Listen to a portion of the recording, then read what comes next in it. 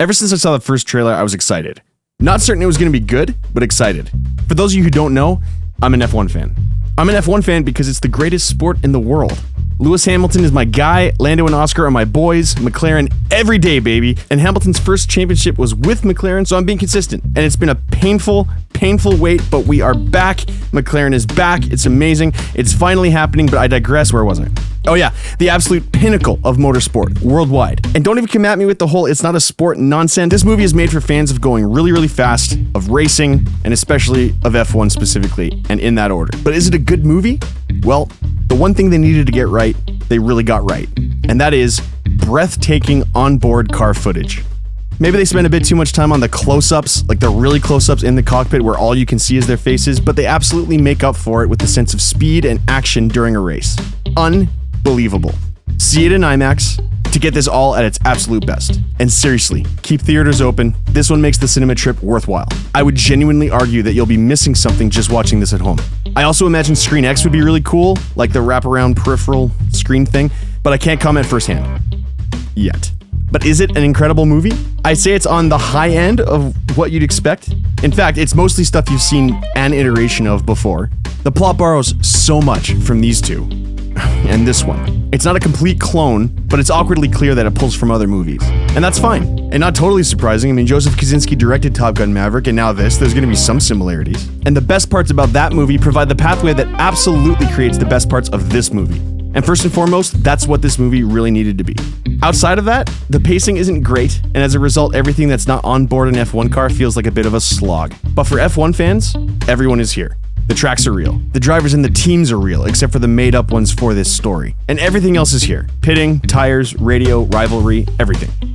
Occasionally, there's a tedious amount of hand-holding for those less familiar with the sport, which I can understand, of course. But if I'm honest, the moments with the greatest amount of this help can feel a bit flat.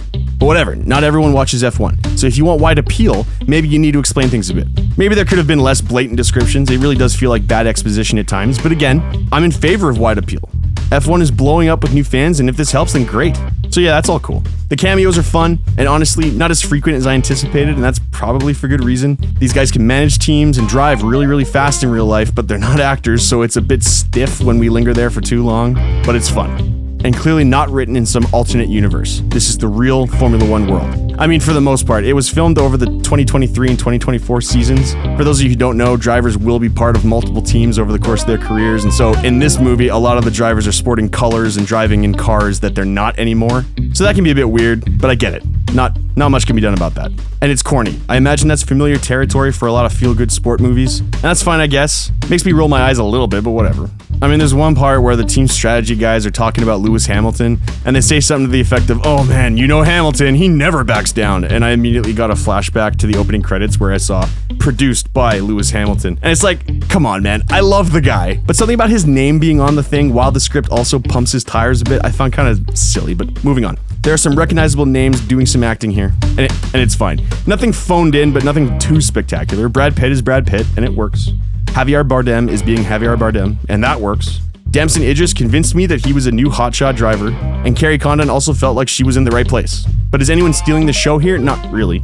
Even Hans Zimmer, he's here, he's doing his thing, but it's not like Inception or Dune. It's Ling's Palace. It's fine. It's just fine. We shouldn't be expecting those kind of Oscars. Maybe for editing and maybe for cinematography, because again, the way this thing is shot, it does so much to amp up the adrenaline, it's incredible. Those starting lights go out, and I feel real excitement. Maybe because it really feels like a Grand Prix, and that's worth giving them credit for. Otherwise, it's definitely a movie you've seen a dozen times before, old guard versus the new model. Credit where credit is due, they didn't do the bare minimum. There's more care and nuance added here than the absolute bare bones approach, but the plot will mostly be familiar territory to most. But absolutely elevated by the staggeringly exceptional racing sequences. But what do you guys think? Is it a one-trick pony for the most part? And is that okay every now and then as long as it's a really good trick and it does that trick really well? Because again,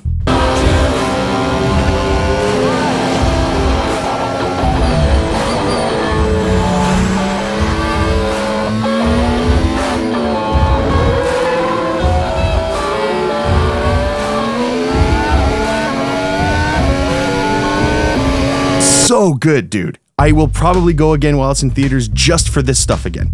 Anyway, God bless. I love you guys. We'll talk soon.